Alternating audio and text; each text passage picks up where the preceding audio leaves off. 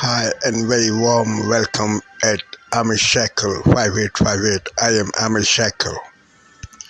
Following news headlines have been reported by world major English news channels and news agencies. So please watch it.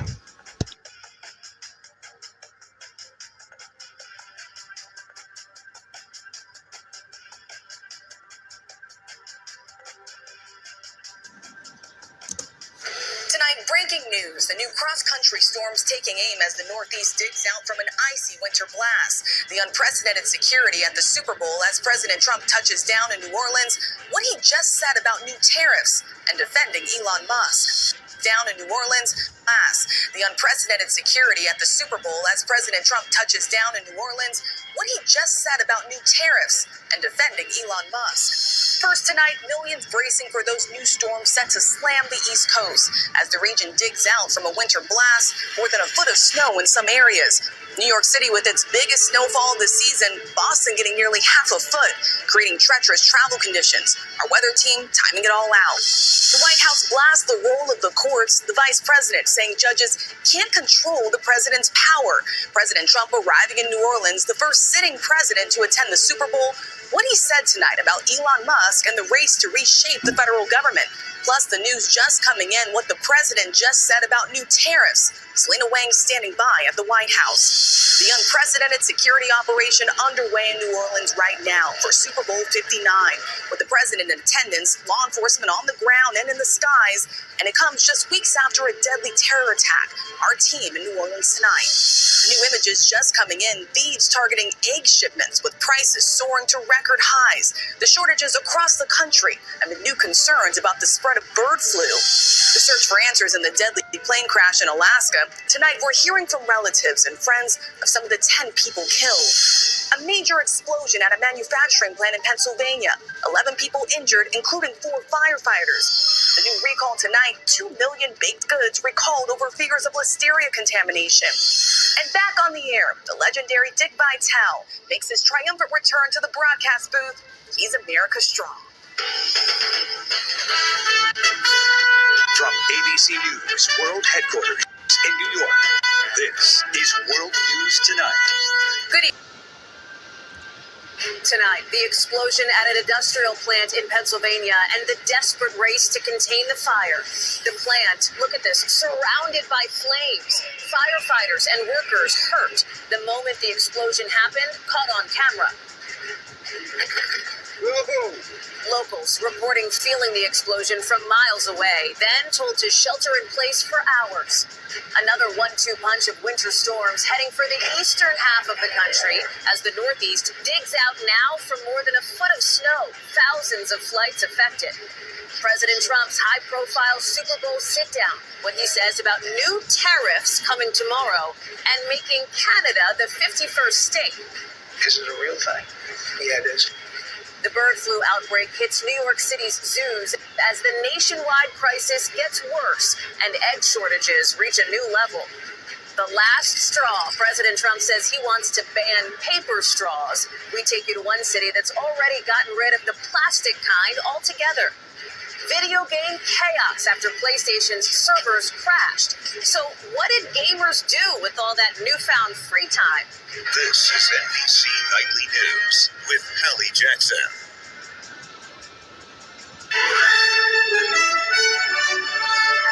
Tonight, President Trump makes good on his campaign pledges as courts flex their power to slow him down. Trump visiting the Super Bowl in New Orleans while steamrolling Washington and the federal workforce. This is a first step only, but we're moving in the right direction. We are witnessing is a constitutional crisis. New CBS polling on what Americans think of the job he's doing. Also tonight, securing New Orleans beyond the big game. Go Chiefs! I'm Katie Weiss for Super Bowl security. It's tighter than it's ever been before. But what happens when this big event is all over? I'll tell you next. In Israel, details emerge on the latest hostages ordeal. I'm Chris Livesay in Tel Aviv, where alarm is skyrocketing over the hostages' condition. 1 month after the firestorms, a new weather threat for California. Residents warned to prepare for the worst. Plus, the daunting recovery. I'm Elise Preston in Los Angeles, where we take a look at the massive cleanup. And later, she's the star attraction in a museum filled with masterpieces. Why the Mona Lisa's roommates may be glad she's moving out. She's a sort of universal masterpiece, you know. This is the CBS Weekend News from New York with Jerika Duncan. President Trump establishing a White House faith office with a new executive order empowering America's faithful, defending religious liberty and fighting against religious bias. The mission of this task force will be to immediately halt all forms of anti-Christian targeting and discrimination within the federal government. The task force will work to fully prosecute anti-Christian violence and vandalism in our society and to move heaven and earth to defend the rights of Christians and religious believers nationwide. Fox News contributor Jonathan Morris joins us now to react. I had to remind Jonathan, it's in English. Believe it or not, Jonathan Morris is on Fox Noticias a lot because he does a very good job speaking Spanish. So this is an English interview. What do you make of this? I mean, it's pretty impressive. He's following through with the promises he made to the people who helped elect him. Yeah, and I've been shocked by how much cynical and mean stuff has been directed at the president after he announced this. People saying, what do you mean anti-Christian bias in America? That's faith office in the government. That's ridiculous. But think about those levers of society, of real cultural influence that we have. Universities. Is Christianity respected in academia today? No. I don't think so. How about Hollywood? What if you start talking about your Christian faith in Hollywood? You're laughed at. You're marginalized. Think of the news media. How many prominent Christian people in the news media today? I'll tell you this. We are the only national channel right now doing a segment like this about the faith office. I can assure you of that. In a positive way.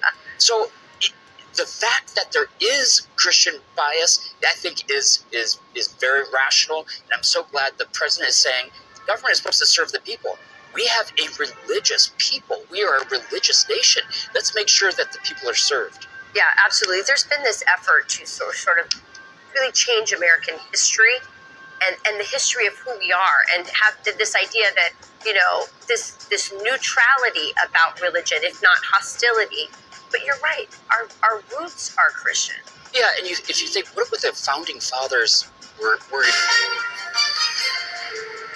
this Sunday night, not good enough. Donald Trump suggests Canada's action on border security isn't sufficient to avoid U.S. tariffs as the taunts from the White House keep coming. I think the Canadian people many of them would love to join the United States with no tariffs, with lower taxes. While the Prime Minister meets in Europe to shore up trade links with other allies. Plus, what Trump's tariff threat could mean for mortgage rates in Canada. If they drop rates too quickly, that kind of causes quite a bit of panic. Excess baggage, the new fee a major Canadian airline is charging for some flights. We'll unpack what it means for travelers. And sticky fingers. Thieves in Montreal make off with over $1 million worth of olive oil. Plus, I thought about making something that would trip people up. from Canada's strong bagels to boycotting the Super Bowl. After a tumultuous week, Canadian businesses bite back. Global National. Reporting tonight, Jeff Semple.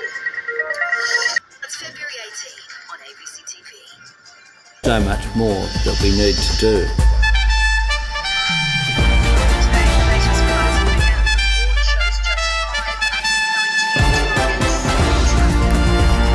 No relief for flood-ravaged North Queensland, with more heavy falls on the way.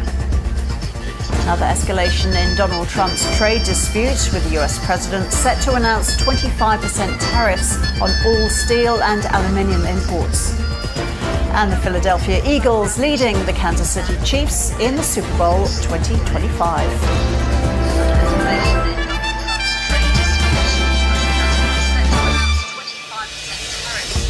Hello, welcome to ABC News. I'm Ros Childs. Prime Minister. Philadelphia Eagles leading the Kansas City Chiefs in the Super Bowl 2025.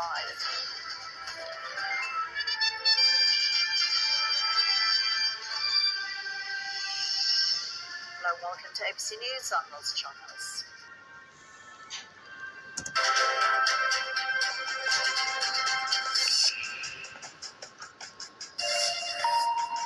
Hello and a very warm welcome to you. You're watching Daybreak here on France 24. These are our top stories this hour. Promising to lay out the roadmap to a more ethical and cheaper future in artificial intelligence, hundreds of leaders from countries and companies gather in Paris for a summit, with France's president announcing an investment of €109 billion in the sector in the coming years. Israeli troops withdrawal from a corridor in Gaza that divided the strip, the latest step in a fragile peace process, comes as US President Donald Trump once again repeats his idea of buying and owning Gaza, while Israel's Prime Minister says Palestinians need to set up their own state in Saudi Arabia. And insisting that his party shares no common ground with the far right, the head of Germany's Conservatives defends his position and promises not to work with the AfD as he debates with Chancellor Olaf Scholz ahead of this month's parliamentary polls. It's good to have you with us. Well, also coming up, the Philadelphia Eagles are flying high, winning this year's Super Bowl 40-22, beating the Kansas Chiefs, who are hoping to make history by taking the title for the third time in a row.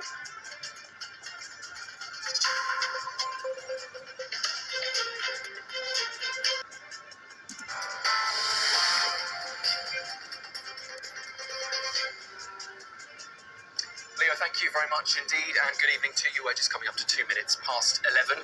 Reform 200,000 members. Now the fastest growing political party in the past 11. Reform UK say they are now the fastest growing political party in the country, with 200,000 members. At a regional conference in Wiltshire, Nigel Farage said their next target is to overtake Labour's 309,000 members. He called the party's growth extraordinary, with a live membership ticker on screen tracking their rise. Well, in the headline speech, Nigel Farage told the crowd that Reform's ambition is to be the biggest party in Britain. If you want to help us and do your bit in whatever way you can in our historic mission, and a mission that I just feel we can't afford to fail at. There's so much at stake. Otherwise, what do we leave to those that come behind us, other than a completely broken and betrayed country? I'm not going to put up with that, and I want you to help me in making sure we prevent that. Are you going to help me in preventing that? The Prime Minister has sacked one of his health ministers over offensive comments he's reported to have made in a WhatsApp group. Andrew Gwynn has also been suspended as a member of the Labour Party and has since apologised for what he called misjudged comments. It follows reports claiming he made anti-Semitic comments and jokes about a pensioner constituent, saying he hoped she died before the next election. It's also alleged that he attacked members of his own party, including Diane Abbott and Angela Rayner. Meanwhile, Shadow Chancellor Alex Burkhardt has said that Andrew Gwynn's comments show Sir Keir Starmer hasn't got a hold of anti-Semitism within the Labour Party. The worst thing that I've seen Mr Gwynn say on that group was that one gentleman was too Jewish. Now, Keir Starmer claims that he's gotten on top of this problem in the Labour Party, but he clearly hasn't. We need to know who else was on that group. Did they call Andrew Gwynn out when he said that? If not, what sanctions are going to be taken against them? You know, we need all of this out in the open as quickly as possible, because otherwise it's the same old Labour, same old anti-Semitism within the left in this country, and it shows that Labour hasn't changed at all. And in sport tonight, Plymouth have stunned Premier League leaders Liverpool, knocking them out of the FA Cup in a famous 1-0 victory at home park. Ryan Hardy's 53rd minute penalty sealed their first win over Liverpool since 1956, leaving fans, well, in disbelief, and the visitors' hopes of a quadruple in ruins.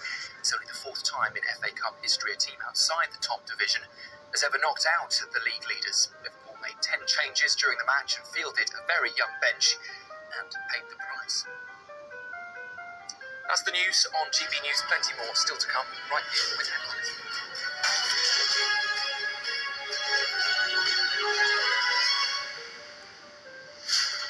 This is Sky News, the headlines. Making his pre-game pitch, President Trump ups the ante on trade tariffs as he becomes the first sitting US president to attend the Super Bowl.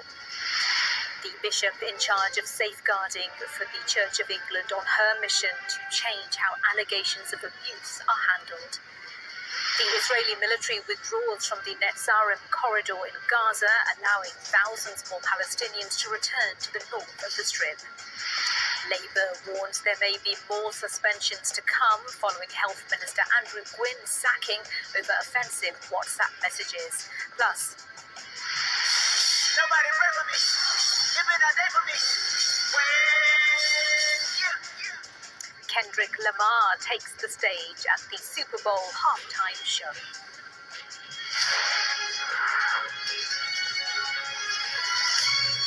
Good morning, welcome to the program. This is Asia Now. Hello and good morning. It's 11 a.m. in Singapore and Hong Kong, 8:30 in New Delhi, 10 a.m. in Jakarta. I'm Yasmin Yonkers at this hour. President Donald Trump will impose 25% tariffs on all steel and aluminum entering the U.S., the latest escalation in his trade policy overhaul. Trump's announcement coincides with the day China's retaliatory tariffs take effect, targeting a broad range of American imports, including energy and transportation goods.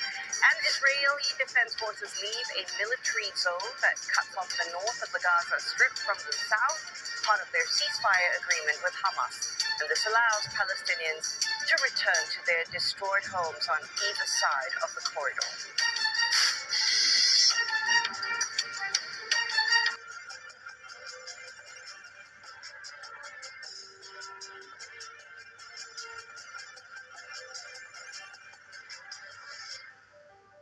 This meeting or their representatives. It's not often you hear or see a cardio workout here in Harare Cemetery, but for the Commandos Fitness Club, it's the perfect spot to keep old age diseases at bay.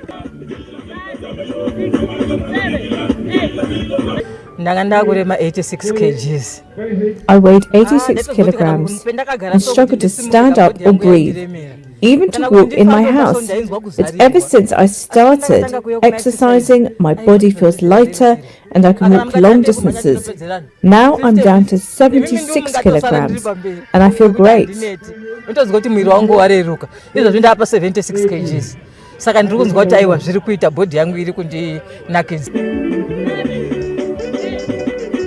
With limited fitness facilities such as gyms in their neighborhoods, older Zimbabweans are exercising wherever they can.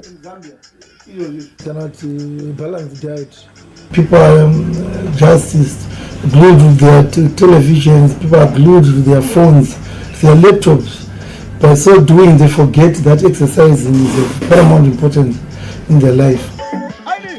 The club aims to fight Africa's growing problems of chronic diseases like heart disease, high blood pressure and diabetes.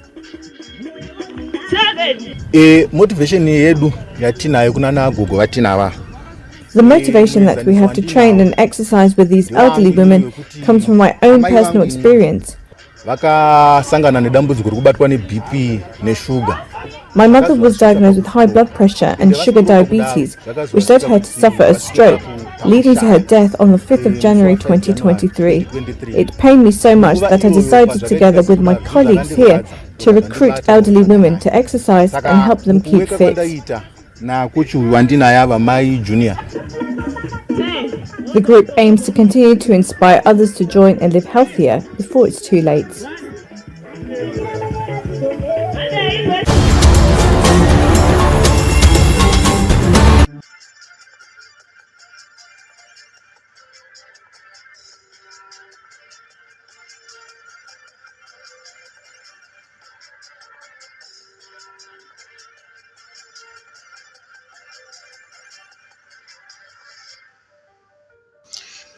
Thank you very much for giving time to Amir Shekel 5858. I am Amir Shekel.